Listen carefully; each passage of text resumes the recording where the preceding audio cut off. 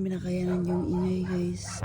Kasi palagi may pumapaligid. Alas 2 ng umaga pero grabe, hindi kami nakatulog. Maingay. Tapos nawawala na naman.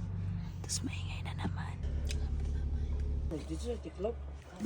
Go. Alright, babiyahe na naman kami. It's 5:26 PM na. Pang 19 days na naglo-loop kami. Kabababa lang din namin kina Apuang Ud. At papunta na kami sa Baguio. Mimitas tayo doon ng Strawberry! Ay, ito na yan oh. Na, Ano? tignan mo May. Hello! Wow, dadaan tayo sa isang ano May. Tunnel! Tunnel. Galing! Galing. Parang nasa ibang bansa lang ah. Grabe yung pagkankan nila dyan, May, no? Para maggawa Pero ng solid daan. yun kasi bato. Masama na yung pakiramdam ni Norme dahil sa tattoo eh. Inantok na kasi yung Pinagugan tayo. Pero okay lang naman. At least nagawan tayo ng tattoo. So yung dinadaanan namin papuntang Baguio, nadaanan din namin papasokin na Apuang Ud. Binalikan namin yung dinaanan namin. Sobrang nakakatakot yung daan nila May. Sobrang liit, no? Tapos bangin na sa gilid. Gusto ko na mapahinga talaga May ba? Saan tayo magpapahinga? Hindi, I mean, gusto ko matulog ng maayos, tulog ng mahaba. Sino ba mag-aampon sa atin sa Baguio? Nag-stop muna kami saglit kasi gustong kumain ng driver namin ng mangga. Uy! Magahan to? Ay! Basura ba? Akin yan! Nakain na daw si Norman. Dami niya nabalatan, no? Ako pa yung naunang kumain. Ito talaga. Yummy, man. Boy, grabe. Yan, mag-aalas 7 na. Sobrang dilim ng dinadaanan namin.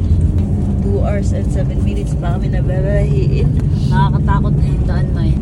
Okay pa ba yung driver natin dyan? Sana makalabas kami sa highway, di namin sure. At doon na maghanap ng spot. Ala, grabe landslide. Grabe. Grabe naman itong dinadaanan natin, May. Yeah, bay. Landslide ng mga bato.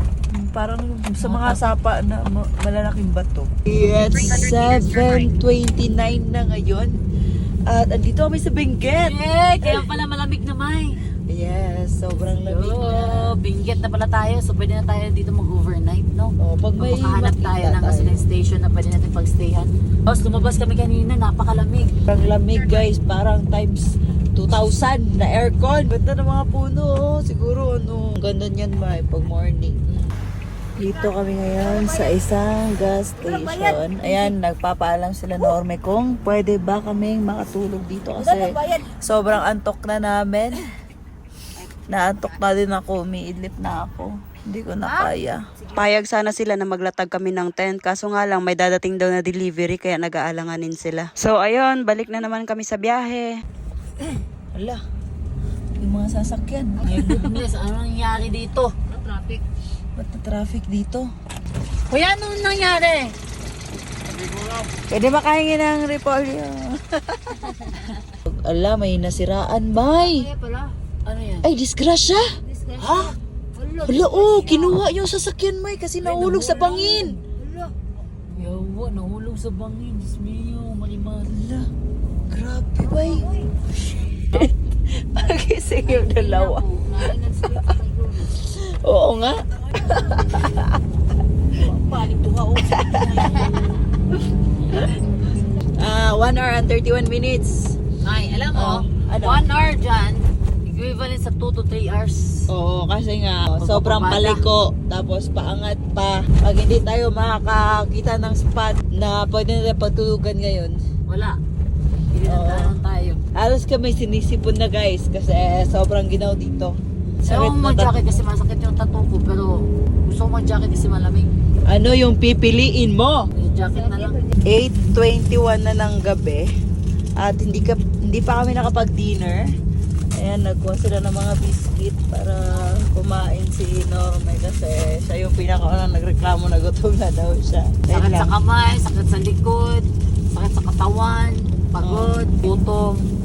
Iba pa rin yung Antok. pagod mo, May, kasi ikaw yung nagdadrive. Ito na yung dinner ko. Dinner mo na yan? Skyflakes talaga sa oras ng kagipitan. Skyflakes, baka naman. Hala! Wala pa mahulog. Ano?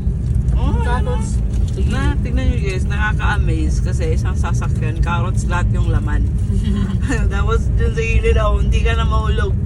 Parang magkakaroon tayo ng carrots ngayon ah. Paano yan nilalagay? Hindi ko alam eh. Alas 10 na ng gabi, hindi pa kami nakahanap na masistayhan. Wala pa rin kaming dinner. Tapos ito yung daan namin ngayon. At naghahanap kami kung saan kami pwede makapag-stay para makatulog kami ng maayos kahit papano. Hala, tingnan nyo naman yung daan. Daan? Nakita ko lang yun sa TikTok kanina, May. Eh? Oo. May nakaputi. Wala dyan. Ano oras na ba? Ayan, 9:41 na ng gabi at malapit na sana kami sa Baguio pero grabe guys, hindi rin talaga namin nakayanan yung antok. Dito lang sa gilid ng daan. Pero grabe yung ginawa dito, times 1,000! Oh guys, makakatulog na talaga tayo. Nanginginig yung mga nag-open ng tent no? Lakan chinelas. Kasi kayo. Confident kami na dito kami magsistay since dinadaanan din siya ng mga sasakyan papuntang Baguio. At hindi na talaga kaya ng mga katawan namin na magbiyahe lalong-lalo na si Norme. Antok na talaga siya. Sabi, sobrang lamig dito. Tingnan niyo yung forma ni Norme oh. May, ayan. Uy, nakamedyas na. Sobrang lamig dito sa Benguet, May. Tulog na tayo. Tulog na kami guys. Ilak mo dyan ba dyan? 9:51. Gusto ko lang pasalamatan ng Panginoon dahil binigyan niya kami ng lakas ng loob para gawin tong pag-ikot sa buong Pilipinas. Thank you Lord dahil safe kaming lahat na nakarating dito. And maraming salamat sa mga tao na sumusuporta sa amin. Grabe! Hindi madali yung ginawa namin pero abante palagi. Di ba, Mamay? Yes, Mamay. Gawa lang tayo ng mga masasayang memories. So, ayun. Napakalamig dito sa Benguet. Good night, mga pangga. Pala guys, matutulog na kami pero wala pa kaming dinner. So, isa na to bukas. Grabe naman, no? Baka plato kung kanunong. Kasi nakakapagod na yung magluto. Wala na kaming energy. Kumain na kami ng biscuit. Good night na talaga. Good night.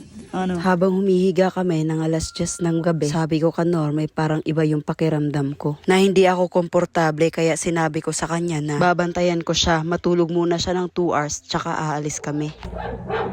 Yung aso kasi hindi tumitigil, tsaka parang may naririnig ako na nagbabike. Pero sabi niya komportable naman daw siya. Kaya pinagsawalang bahala ko na lang yung nararamdaman ko, baka paranoid lang ako. Nakaidlip kami saglit pero nung bandang alas 12,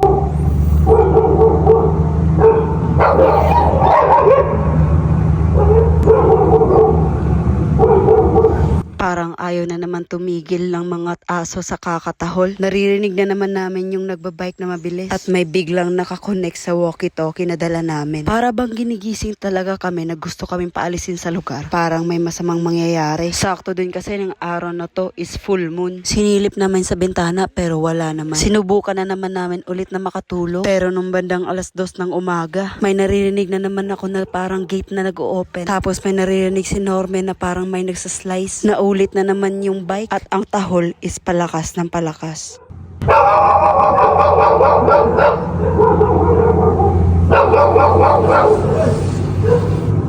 Hindi namin nakayanan yung ingay guys. Para kasing palaging may pumapaligid.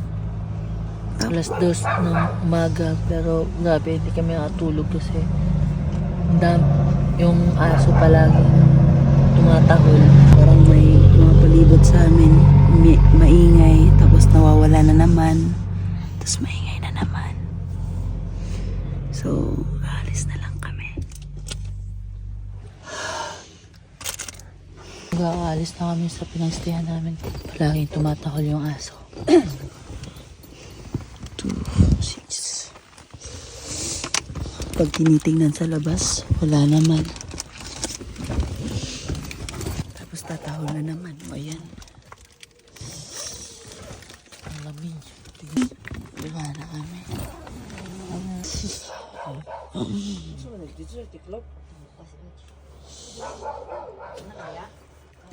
Go. Nililigpit na nila yung tent. Wala ka doon nagtigong sa walkie-talkie na to. Sibli. Wala lagi. Hindi na nga namin naayos yung tent namin. Umalis na kami. Kasi kinakabahan na kaming lahat. Grabe yung experience namin doon. Nakakatakot. Binahin na nga namin papuntang Baguio para wala na kaming masyadong iisipin. Habang nagbibiyahe kami, pinag-uusapan namin, nangingilabot kami. Sobrang nakakatakot yung experience na yun. Kahit hindi kami nakatulog ng maayos, parang nagpapasalamat pa rin kami sa mga aso. Salamat Lord kasi ginabayan mo kami. 3:39 na ng umaga. Nagpahinga kami kanina pero di kami makatulog. So nakapag-decide kami na maghahanap na masistayhan dito. Yung driver natin sobrang antok na. Antok na kaming lahat. Puputok na yung ulo ko, May. Sobrang sakit. Ano? Sagad talaga. Kahapon lang na nagpatato kami. Tapos sagad after that bumaba kami. Tapos biyahe agad. Walang pahinga. Ayan, since wala kaming dinner, gutom na ang lahat. At pagod na ang lahat. 3 AM pa lang. 3:46 AM. Ayan, sobrang pagod na ang lahat. Hanggang di pa rin kami nakakita ng masistayan namin dito sa Baguio. Buti na lang may nakilala ka Norme sa kay Abante. Nilapitan kami, taxi driver dito. Tapos tinulungan kami. Shout out kay Sir.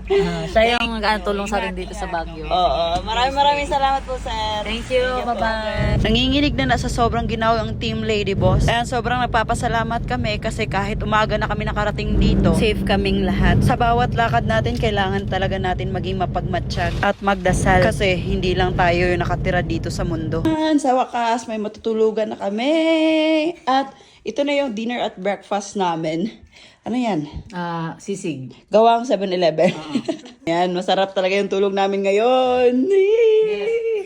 Walang gala today. Walang gala. Papahinga lang. Maga. Kain tayo. Kain muna tayo bago matulog, guys.